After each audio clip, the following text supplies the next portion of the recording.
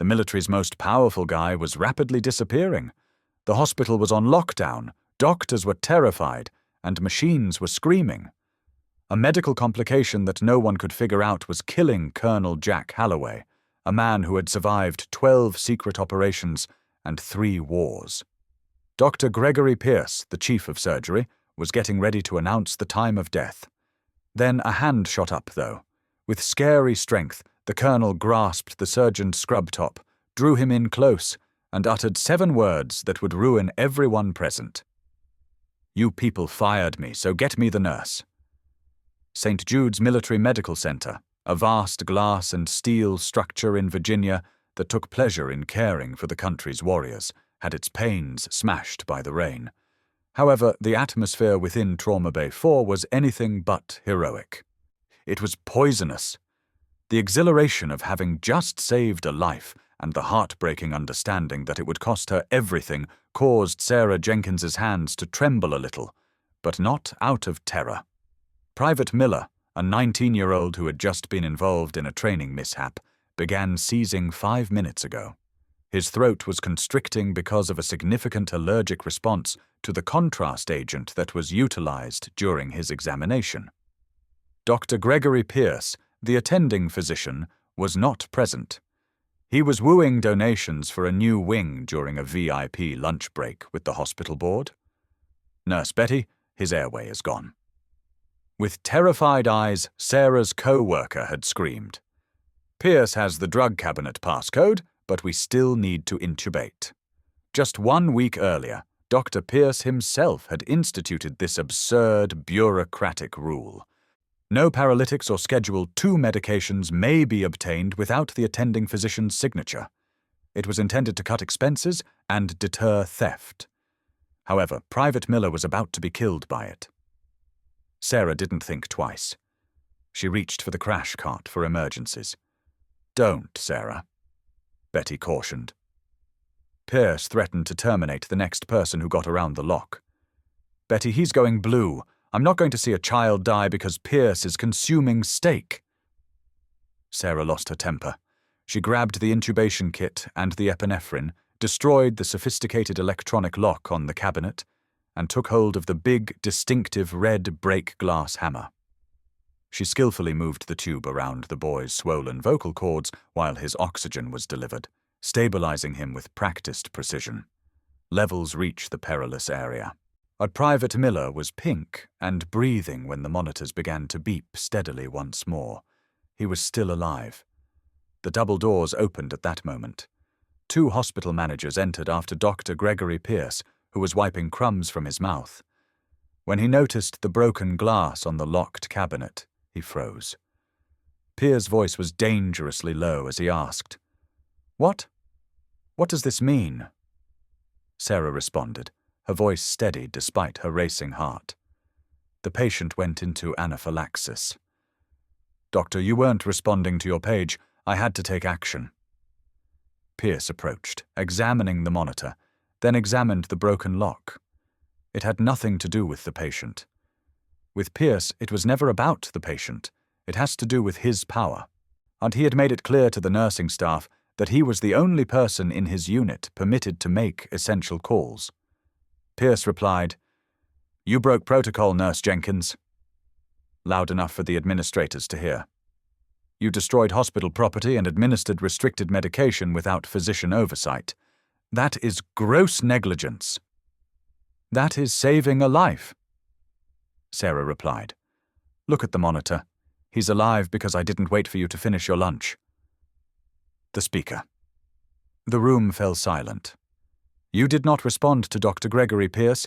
He was the board's golden boy, the man who receives grants worth millions. Sarah was a skilled nurse with 20 years of experience in trauma units and battle zones, but she was only a nurse." Pierce looked over at the admins. "This is precisely what I was referring to. This healthcare staff's disobedience is unacceptable. It's a risk. We would be sued if she failed to take the medication." Sarah gritted her teeth and added, "But I didn't miss." Purr remarked icily, "You're done. Bring your locker. In 20 minutes, I want you to leave the property. You will be escorted by security." Betty shrieked. "You can't do that." "On this shift, she is the head nurse." Pierce hissed. "Not anymore. Please ensure that this is noted as a safety infraction on her permanent record. Her license should be flagged for review. Cowboys running around my hospital is not acceptable." Sarah glanced at Private Miller, who was sound asleep. Pierce's ego filled the room as she glanced at him. She unpinned her ID badge gently. "You're a small man, Gregory," she remarked softly, "and a patient will eventually arrive. Aren't those doors that are beyond the reach of your ego?" 6 months later, St. Jude's was in disarray. At 2 a.m. on a Tuesday, Sarah put her badge on the metal tray with a clatter and walked out into the rain that afternoon with a cardboard box containing a framed photo of her late husband and a stethoscope. She had no job, a flagged license, and a reputation dragged through the mud by a powerful doctor. Or so she thought. Helicopters descended onto the roof pad, but they weren't the typical medevac choppers. Instead, they were unmarked matte black military transport birds. Dr. Pierce was frantically buttoning his white coat down in the emergency room. He had been sleeping in the on-call room, a luxury he rarely used unless he was avoiding going home to his third ex-wife. Status report. Pierce barked at the resident doctor, a nervous young man named David, saying, "It's high priority, sir." "Code black clearance," David stammered. "They skipped the VA hospital and arrived directly here because we have the new neurological suite. The patient is Colonel Jack Halloway." Pierce's eyes widened as he stopped buttoning his coat. "The Wolf, the Special Ops Commander." "Yes, sir. He collapsed during a debriefing at the Pentagon. Unresponsive. Vitals are crashing." This was it. Pierce had been waiting for this moment. Treat a national hero like Jackaway, save his life, and Pierce's name would be on the short list for the Surgeon General nomination. He smoothed back his hair and put on his compassionate genius face. "Prep Trauma 1. I want no mistakes," Pierce commanded. The doors burst open.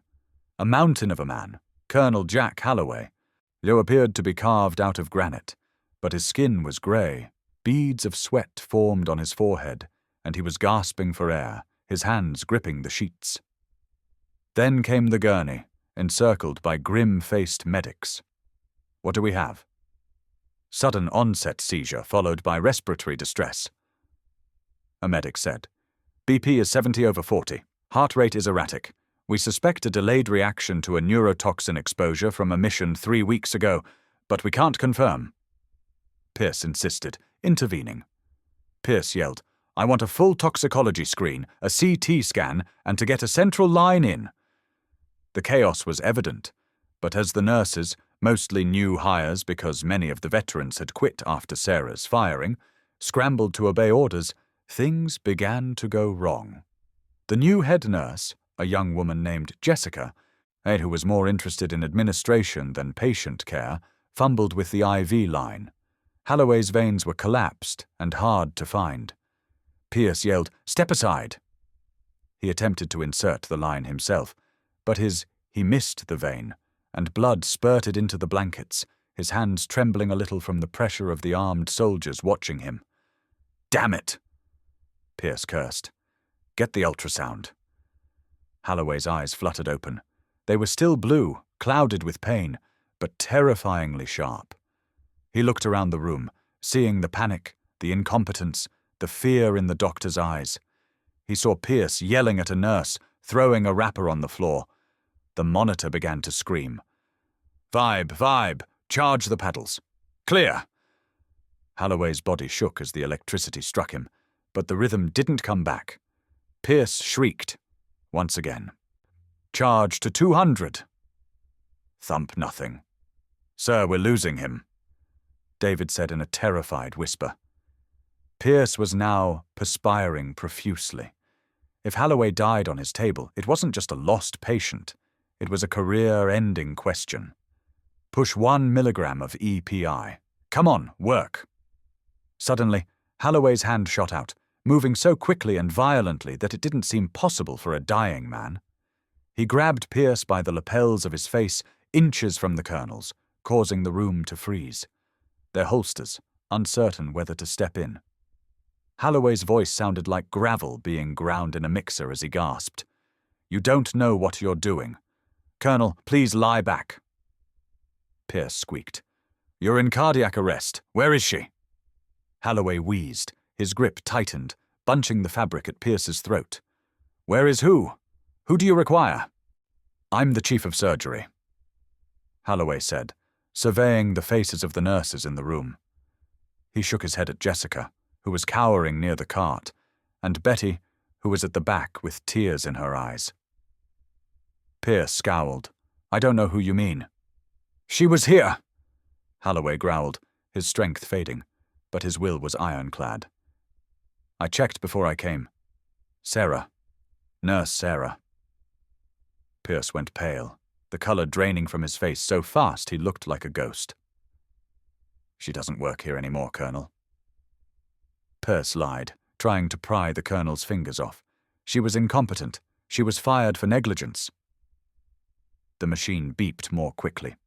In order to stabilize this toxin, Halloway released Pierce with a shove that sent the doctor stumbling back into a tray of instruments.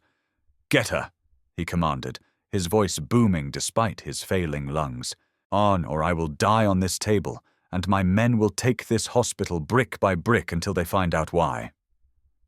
He slumped back, his eyes rolling up, the monitor flatlining into a solid, high-pitched tone as he coded.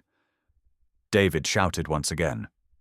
Pierce glanced at the flatline, at the irate military soldiers who had heard everything, and at Betty, the only one who knew Sarah's residence.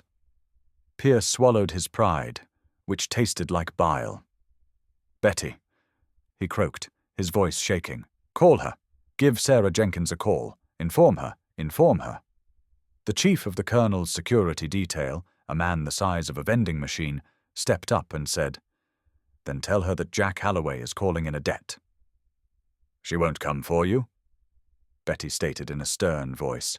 "The hospital begs her to come back." Sarah Jenkins was not sleeping. At 2:15 a.m., and she was on her knees on a cold tile floor, scrubbing a kennel at the Paws and Claws Emergency Vet Clinic, 5 miles south of the hospital that had destroyed her life. No respectable hospital in the state would hire her because Pierce had blacklisted her. Her 20 years of trauma, experience, medals for service in the Middle East, and impeccable record were all erased by the word of one strong, spiteful man. She dipped the sponge into the soapy water, the smell of bleach stinging her nose. It reminded her of what she had lost. Her phone buzzed in her back pocket.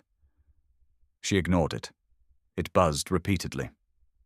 She wiped her hands on her apron and looked at the screen. Sarah scowled. Betty knew never to call during shift unless it was an emergency. She slid to answer. "Betty, is everything okay? Is it the kids?" "Sarah, listen to me." And her voice was unrecognizable, high-pitched, breathless, and terrified. "You need to come back now." Sarah laughed bitterly, leaning against the cinder block wall. "Betty, you know I can't. Pierce threatened to have me arrested for trespassing if I even stepped into the parking lot. I'm not going to jail for that, man." The sound of a phone being snatched away was followed by a deep, resonant voice, the terrifyingly calm voice of a man used to violence. The voice said, "Miss Jenkins, this is Sergeant Major Vance, head of security for Colonel Jack Halloway. We are currently at your front door, but your neighbor said you work nights at a vet clinic. We are en route to you now. ETA 2 minutes. Sarah's blood ran cold. "Colonel Halloway. Jack Halloway." The name brought back memories she had buried. Memories of a radio channel crackling with static for 3 years. She had saved his leg over the radio. "He's dying, Mom," the sergeant said, "and he has refused further treatment from Dr. Pierce." A voice in her ear had led a pinned-down squad through a field triage while mortar shells rained down. She had been at a base hospital,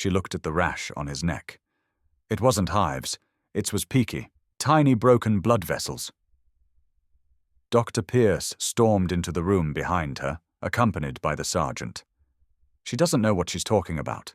He was exposed to a nerve agent overseas. It's a delayed reaction. Sarah turned to face Pierce. Which nerve agent, doctor? Classified. Pierce sputtered. Just treat the symptoms. If I treat the symptoms for a nerve agent with atropine and he's actually suffering from something else, I'll kill him in 10 seconds. Sarah yelled. Sweet, like almonds. No, like metal. She glanced at the IV bag that was hanging closest to the line. It was a clear bag with a code, EXP772. What is this? Sarah pointed at the bag, and the room fell silent. Pierce turned pale. That's a standard saline solution with a vitamin mix. Pierce quickly lied to strengthen his immune system. Sarah tore the bag off the stand and held it up to the light. The liquid had a faintly oily viscosity. She recognized the coding system. It was a trial drug. Sarah said, "Liar!" before yelling, "Betty, crash cart, get me a sodium bicarbonate push and some Dantine right away." "No, you can't mix those," Pierce yelled as he lunged forward. For malignant hypothermia, that is. "You'll stop his heart," Pierce said, his fingers digging into Sarah's bicep. "I forbid you. I am the chief of surgery, and I crack." The sound of the sergeant major's baton striking Pierce's forearm reverberated throughout the room. "Let her work," the sergeant growled. "Sarah, what is it?" Betty asked, trembling as she held the syringes. "Dantrolene is dangerous. He's not reacting to a nerve agent," Sarah said, her thoughts racing through the toxicology journals she read during her breaks at the veterinary clinic. "That's a coagulant, isn't it, Pierce?" Sarah pointed to the EXP772 bag. Pierce remained silent, gripping his arm with perspiration streaming down his face. "You're testing the new Hemostop formula on him because you thought it would fix the internal bleeding from his toxin exposure." Sarah worked quickly while explaining. "The coagulant is reacting with the residual nitrates in his blood from the explosives he works with. It's creating a feedback loop. His blood is becoming muck. His kidneys will burst and his heart will seize if we don't alkalize his blood and relax his muscles." The sergeant said, "Do it." Sarah didn't think twice. She promptly inserted the Dantine after plunging the sodium bicarbonate into the central line. "Hold him down," she commanded. Pinning the colonel's flailing limbs, the men dashed to the table. A lengthy, horrifying drone came from the monitor. "Assistole!" exclaimed the householder. "Beep!" "Don't touch him," Sarah commanded, placing her hand on Holloway's corroded artery. "He flatlined." From the corner, Pice shouted, "Wait for it! He's dead!" with a deranged expression of confirmation. Sarah's voice pierced through the commotion. "She killed him! I told you! Arrest her! Wait!" she said. She gazed at the screen. "Come on, Jack. Come on." 10 seconds went by. An eternity. With growing terror, the troops turned to face Sarah. Betty covered her mouth with her palm. Then thump! Wallop! The screen flashed a jagged green line. Thump, thump, thump, thump! The beat stabilized. As the antidote stopped the chemical reaction, they saw the furious red rash on Halloway's neck start to go away. Halloway felt his chest heave, a deep, trembling breath. His eyes opened. It was no longer cloudy. They were focused, acute, and clear. And he glanced at the ceiling before slowly turning his head to the side. He caught sight of Sarah. He remained silent for a while. He simply observed her wearing the scrubs from the veterinary clinic, her weary eyes and her ferocious jaw. He carefully raised a hand encased in tape and wires. Sarah accepted it. I knew, his voice weak yet steady as he rasped. The voice was familiar to me. With a sigh of relief, Sarah's knees almost buckled. "Colonel, you cut it close." Holloway kept looking around the room until he saw Dr. Pierce crouching next to the supply cabinet. "Sergeant," said Holloway. The sergeant major moved to the bedside and said, "Sir." Holloway remarked, "Secure that IV bag," gesturing to the EXP-772 bag that Sarah had tossed onto the counter. "And protect the physician. He just tried to kill a senior U.S. military officer by performing an unapproved medical experiment." "Pierce's no, Colonel," he said, his knees buckling. "You don't comprehend. The treatment was revolutionary. I was attempting to rescue you." "I read the logs, Gregory. You were attempting to obtain a patent." Sarah whispered. "Before you fired me, I noticed the trial documents on your desk. A human subject with a high level of physical resilience was required. You believed he was resilient enough to handle it?" Holloway commanded, "Get him out of my sight." As they took Pierce outside while kicking and yelling about his tenure and his attorneys, 2 soldiers grabbed him by the arms. Every member of the nursing staff remained silent. Nobody averted their eyes. The tyrant's downfall was the moment they had all prayed for. However, the drama did not end there. Holloway groaned and attempted to sit up as the doors closed on Pierce's cries. Sarah remarked, "Connell, you need to rest," and gently pushed him away. "Your body has been through hell." "Not yet." Holloway tightened his grip on her hand. "Sarah, there's a reason I came here, a reason I let them bring me to this specific butcher shop." Sarah sighed. Holloway glanced around the room and asked, "What do you mean?" "Make the space clear. With the exception of Nurse Jenkins and the Sergeant Major, we must keep an eye on everything, sir. The resident got going. Out!" Holloway gave a bark. In a matter of seconds, the room was empty. Holloway drew Sarah in when they were by themselves. He had a serious expression. Pierce wasn't merely conducting a drug test for financial gain. Holloway muttered, "He was compensated to make sure this procedure didn't wake me up. For months, we have been monitoring a leak in the defense contracts. All paths led to St. Jude's new wing being funded by a shell corporation." Sarah's eyes widened. "You mean he deliberately tried to kill you?" According to Holloway, he believed it was only a dangerous drug trial. However, his managers were aware of this. They were aware that the encounter would be lethal. The helpful fool was Pierce. Holloway winced in agony as he coughed. However, the individuals who paid him are still at large. Additionally, they will execute the contingency plan now that Pierce is in custody, and I am still alive. "A backup plan?"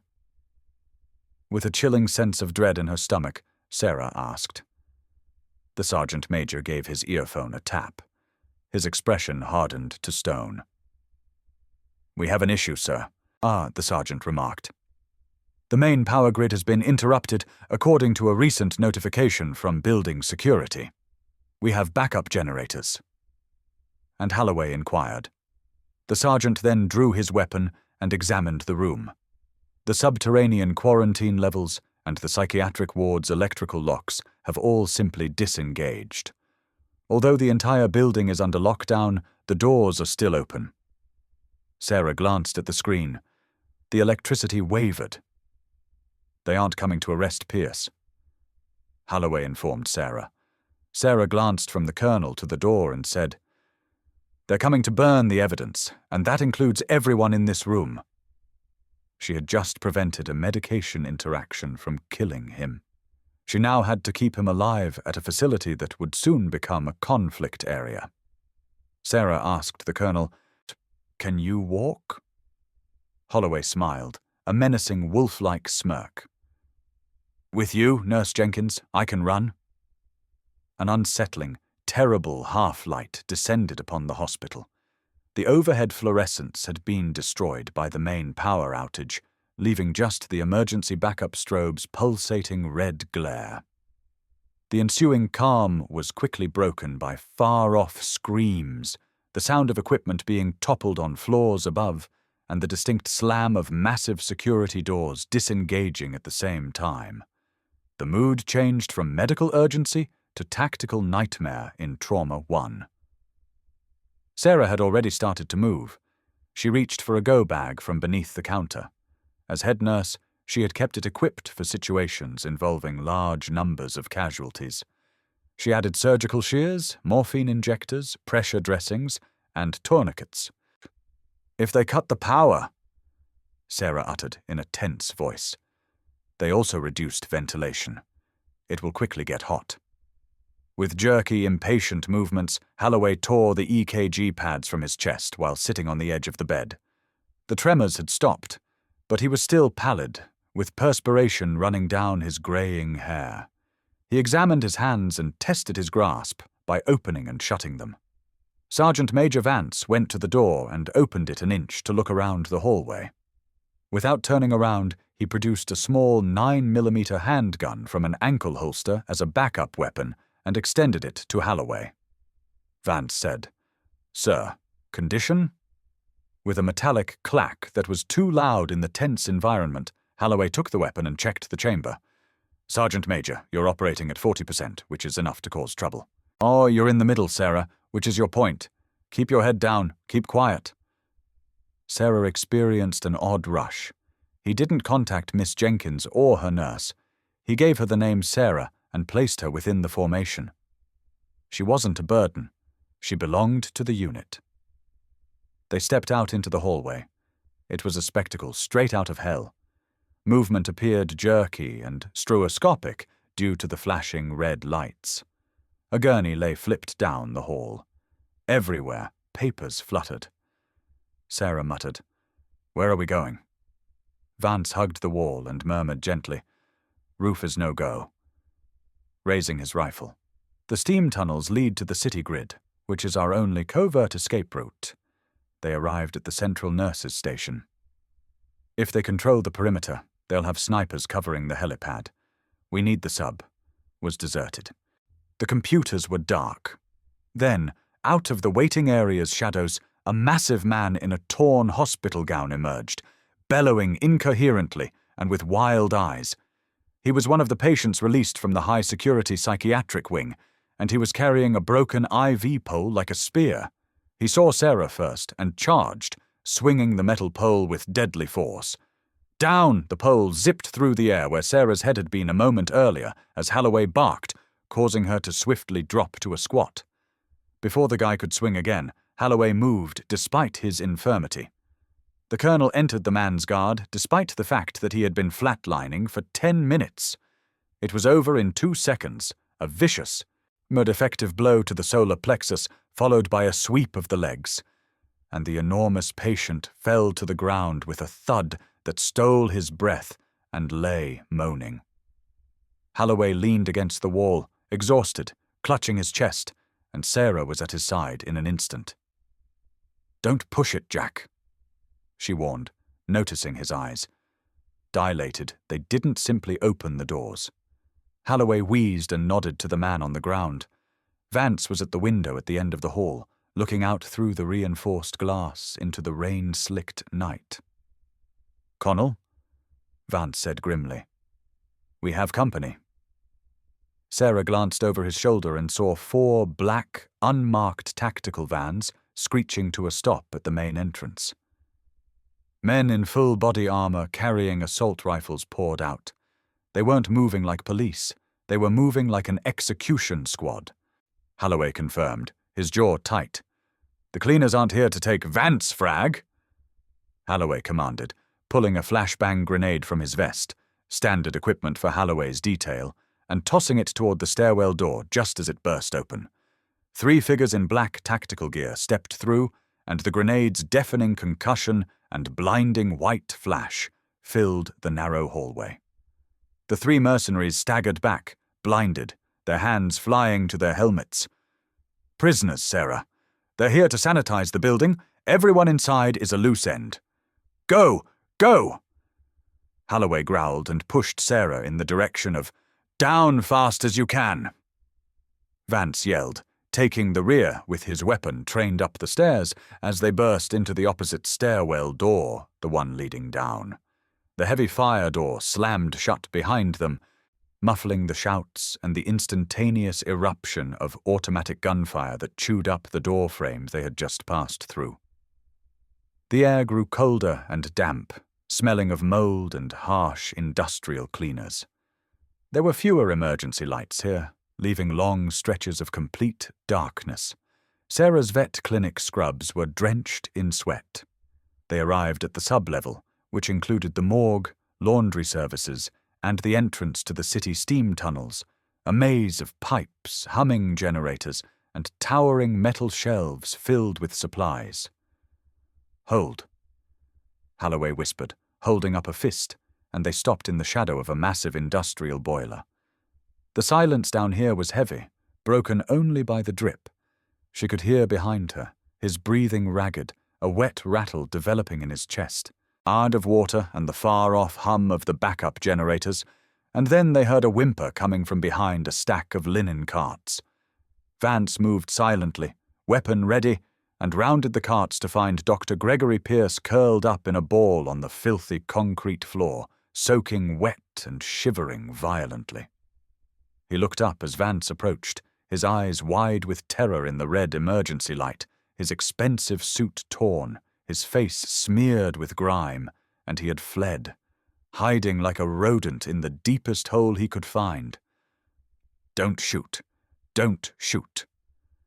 Pierce gibbered, raising his hands. Quietly, Vance hissed. Pierce scrambled to his feet, but as soon as he saw Holloway and Sarah, his fear turned into a manic, desperate rage, and he pointed a trembling finger at Sarah. "You! This is your fault!" Pierce yelled, and his voice reverberating dangerously in the concrete area. "Everything was damaged by you. I intended to become a surgeon general. All of this would not have occurred if you had simply remained fired." "Shut up, Gregory," Sarah remarked in a chilly tone. "There are kill squads upstairs. Because of your greed. You sold a patriot for a payout. They were just supposed to make it look like natural causes." Pierce angrily argued as he approached her, grabbing a heavy brass pipe wrench that was lying on a nearby shelf. "You think you're a hero. You're nothing. A washed-up nurse who doesn't know her place," he said, raising the wrench with frantic eyes. Holloway moved in front of Sarah, steadily raising his own weapon. "Drop it, Doctor," Holloway warned. "I won't ask twice." Before Pierce had a chance to swing or drop it, the boiler room's end blew inward with explosive force, causing debris to fall. 4 mercenaries poured through the breach, their weapon lights cutting through the darkness like lasers, seeing the group instantly. "Contact front," one of the mercs yelled. Vance opened fire without hesitation, providing cover. Holloway grabbed Sarah and threw her behind the thick concrete base of the boiler, just as the air filled with supersonic cracks of rifle fire. Bullets sparked off the metal machinery, whined angrily as they ricocheted. Pierce failed to take cover. "Wait, wait!" Pierce cried, dropping the wrench and sprinting toward the mercenaries while waving his arms. "I'm Dr. Pierce." Pierce believed that the individuals his handlers had sent, dressed in black gear, were his salvation. "The asset is me. I support you." Without even slowing down, the lead mercenary raised his rifle and said, "No loose ends." A 3-round burst struck Pierce in the chest, causing him to look down in shock as red blooms appeared on his ruined white shirt. He collapsed silently onto the wet concrete, his ambition finally extinguished by the world he had attempted to play in's actuality. "Vance!" Holloway yelled. Vance was still firing, holding the mercenaries back at the choke point of the door, but he suddenly grunted and spun around. A lucky shot had caught him high in the shoulder, spinning him around. He dropped to one knee, blood pouring over his tactical vest. "Man down! Forget the mercenaries!" cried Sarah. "Put the fear aside." When Sarah Jenkins, a trauma nurse, saw a patient bleeding out in a kill zone, she ran out from behind the boiler, staying low and running 10 feet. In of open ground as bullets tore up the floor around her feet.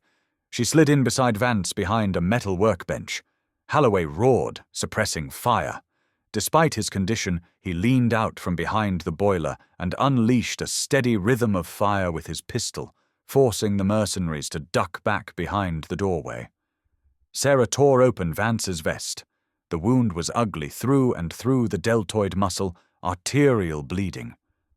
"I've got you, Sergeant Major," she said, her hands moving with practiced lightning speed. From her bag, she tore out a tourniquet. She cranked, "This is going to hurt."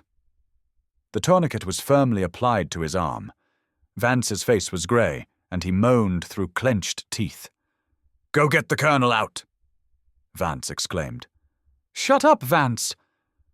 Sarah replied, cramming hemostatic gauze into the wound. "I'll hold them. On my shift today, nobody passes away. Not you. Not him." Holloway slowed down and reloaded. He was operating on fumes. As death slammed at the walls, he turned to see Sarah, who was bending over Vance in a pool of water and blood, desperately trying to save a life. He had witnessed valor in combat.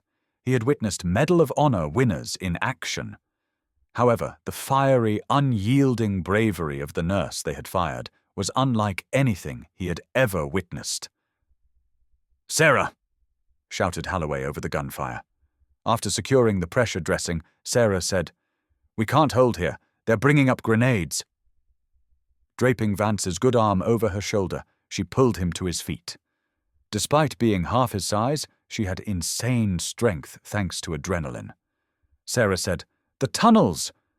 In response, behind the generator, "I'm 50 yards away.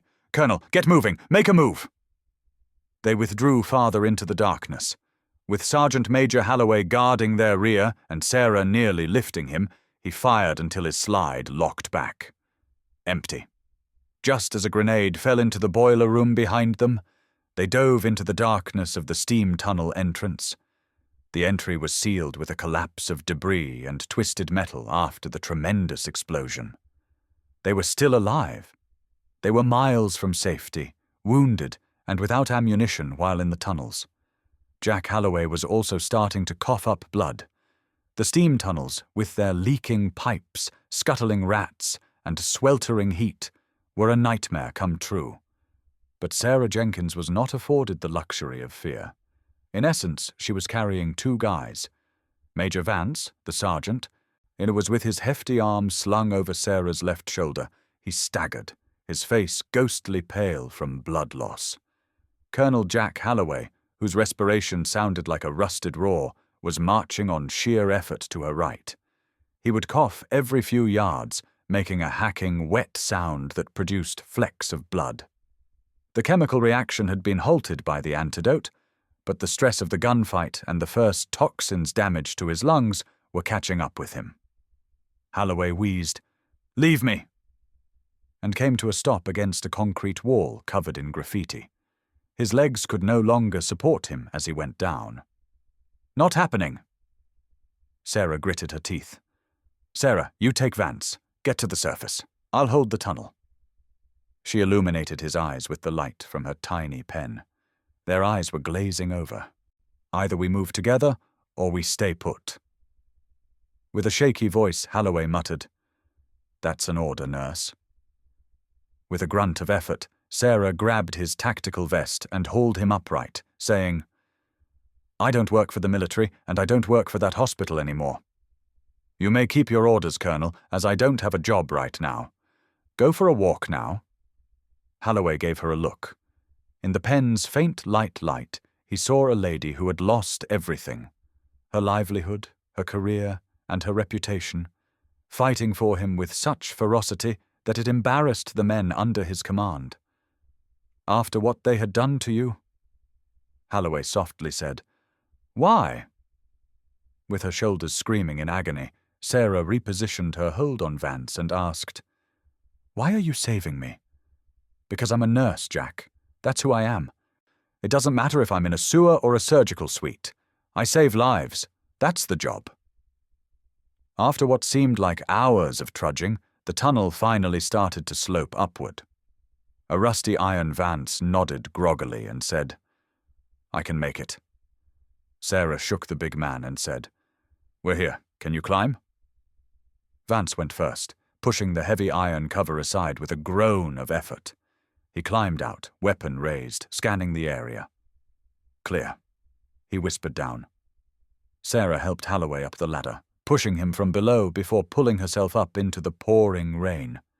They emerged in an alleyway 3 blocks from the hospital, while sirens wailed in the distance around St. Jude's. "We need a phone," Sarah whispered, wiping rain from her eyes. "We need to call the police." "No police." Holloway coughed, leaning heavily against a trash. "The people who paid Pierce own the police commissioner." The alley was too silent. "The kill squad completes the job if we call 911 and they track the location." "So who?" "Jack, you're dying!" Sarah pleaded. Before he could respond, the alleyway was flooded with dazzling lighting from both ends. 2 black SUVs blocked the exits, the doors opened, and 6 men dressed in military gear emerged. These weren't the A voice called out from the darkness behind the lights. "End of the line, Colonel." A man in a suit stepped forward, holding an umbrella. He looked like a banker, but his eyes were dead. This was the handler, the man who had paid Pierce. "It's over," the man said calmly. These men were disorganized mercenaries from the hospital. They moved with terrifying, fluid precision. They raised their rifles. Sarah stepped in front of Holloway, spreading her arms. "Dr. Pierce has passed away. The hospital is on fire. The final loose ends are you 3. It will be quick if you make it simple." Pushing himself off the garbage was Holloway. Despite his weakening physique, he stood erect as he staggered past Sarah. He protected her. "Do you want me?" With a final bit of steel in his voice, Holloway snarled. "Let the civilian go, but come grab me." The suit-wearing man grinned. "Colonel, there are no witnesses. You are aware of the regulations." To issue the fire order, he held out his hand. Sarah grasped Holloway's hand and closed her eyes tightly. She awaited the sound of the conclusion. Swap, swap, swap, thwop. It wasn't a gunshot. It was the sound of a rotor blade roaring so close and loud that the water in the puddles shook. The night abruptly gave way to day. The men in the alley were blinded by a floodlight coming right overhead. Loud enough to rattle teeth, a voice boomed from a loudspeaker. "Put down your firearms. This is the Rangers of the United States Army. You will be shot upon if you don't put down your weapons." With a shocked expression on his face, the man in the suit looked up. Rapid ropes descended from the shadows overhead. In a few seconds, with a speed that made the mercenaries appear inexperienced, 12 figures in multicam descended into the lane. The men in suits had their chests painted with red laser sights. "Now go on the ground. Right now. Right now." The mercenaries made no attempt at all. They hit the damp pavement after dropping their guns. Ignoring the mercenaries being zip-tied, a tall figure in a ranger suit strode through the mayhem. He made his way directly to Holloway. He gave a crisp, sharp salute. "General Sterling sends his regards, Colonel," stated the captain of the Ranger. "We apologize for not picking up your distress beacon 10 minutes ago. The delay. The weather is a bitch." After holding his breath for an hour, Holloway released it. He gave Sarah a look. Before his eyes rolled back and he fell into the captain's arms, he gave a warm, sincere smile. "Medic!" exclaimed the captain. Sarah fell to her knees next to him and said, "Get the bird down here. We have a priority, 1 casualty." "I'm tired, Sarah," Holloway muttered, holding Sarah's hand. "Jack, stay with me." "Yes," Sarah sobbed, tears blending with the rain on her face. "But I got the nurse." "Now you have the nurse. Allow the nurse to you." She hurried over to them, glancing up at the Ranger medic. "He has smoke inhalation and chemically induced coagulopathy. Get 2 large-bore IVs flowing wide open and turn on high-flow oxygen. Make a move." The Ranger medic observed this woman barking commands at him while wearing filthy scrubs coated in dog hair. Gripping the colonel's hand, he glanced at it.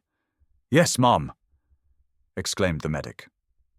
Sarah watched as they hoisted Holloway onto the stretcher and carried him to the helicopter. She was unemployed, chilly, and worn out. However, she stood tall for the first time in 6 months.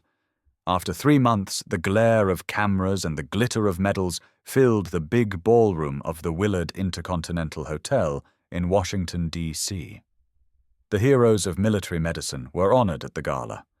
The Surgeon General herself was present, along with generals and senators. General Jack Halloway was seated at the head table.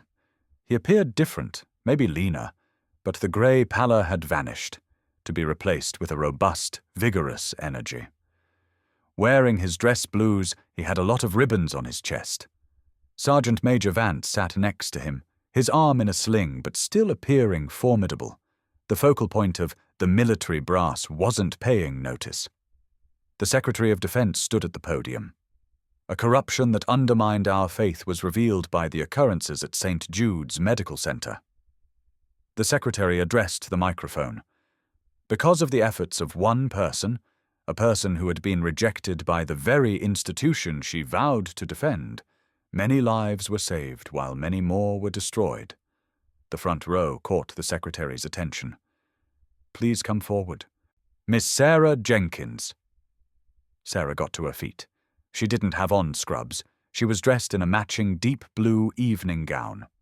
Her eyes. With her head held high, she made her way to the stage. Slowly at first, the applause grew louder. She had received full honors upon her reinstatement. Her license was approved. St. Jude's was now run by new administrators after the board was abolished. Halloway personally selected the management. Sarah's clothing had a medal pinned to it by the secretary. It was a civilian honors award rather than a military medal, the highest citizen award for bravery under peril. The secretary praised Sarah Jenkins for her bravery in going above and beyond the call of duty by refusing to let a patient die, no matter how much it costs you. Sarah grabbed the microphone. Her hands remained steady. She stated clearly, I didn't do it for a medal. Every life matters, whether it's a soldier, a colonel, or a stray dog, which is why I did it. When things get tough, nurses don't clock out. Your battle." Once more the room erupted. Jack Halloway discovered her later that evening on the balcony with a view of the city. He gave her a champagne glass. "You gave a hell of a speech," Jack remarked as he leaned on the railing. "I gained knowledge from the best." Sarah grinned. Jack went to her and asked, "How are the lungs?" "Running at 100%, thanks to you." "Sarah, I have a question. The hospital wants you back as head nurse. Double the salary, full benefits." Sarah turned to face the city lights. "I know. They sent the offer letter yesterday. Are you going to take it?" Sarah swirled her drink. "I don't know. The memories there aren't all good." Jack took a folded piece of paper out of his jacket pocket and handed it to Sarah. "Then don't go back there." Jack said, "I realized something in that tunnel, Sarah. I can't afford to have you working at a veterinary clinic. I need you where the fight is. I need the person who has the guts to tell me no when I'm being an idiot." The paper was an official Department of Defense stationery to Sarah Jenkins from the Office of Special Operations Command, Subject Employment Offer Role, Chief Medical Officer, Forward Operating Base, Alpha, and Special Consultant to General Halloway. Sarah looked up, stunned. Sarah took a pen from his pocket and signed the contract against the balcony railing. "You know I'm going to be a nightmare to work for, right?" Sarah warned, handing it back. "I don't follow protocol if it gets people killed." He stepped closer, his voice lowering to a murmur, and he added, "I prefer not to be saved by anyone else." "I'm counting on it, Nurse Jenkins. Sarah Jenkins lost everything because she did the right thing. She was humiliated, fired, and made to scrub floors while a corrupt doctor took the credit. However, karma finds its way to everyone. Dr. Pierce believed he was untouchable, but he forgot the most important rule of medicine. You can't cheat death, and you certainly can't cheat the truth. In the end, it was the fired nurse who refused to give up, not the powerful billionaire or the haughty surgeon. If you liked this tale of justice, karma, and bravery, please hit the like button to support the channel. Don't forget to share this video with your friends and subscribe for more drama stories inspired by real life every week. If you were in Sarah's position, what would you have done? Please share your thoughts in the comment section below. Sarah demonstrated that true heroism isn't about a title or a badge.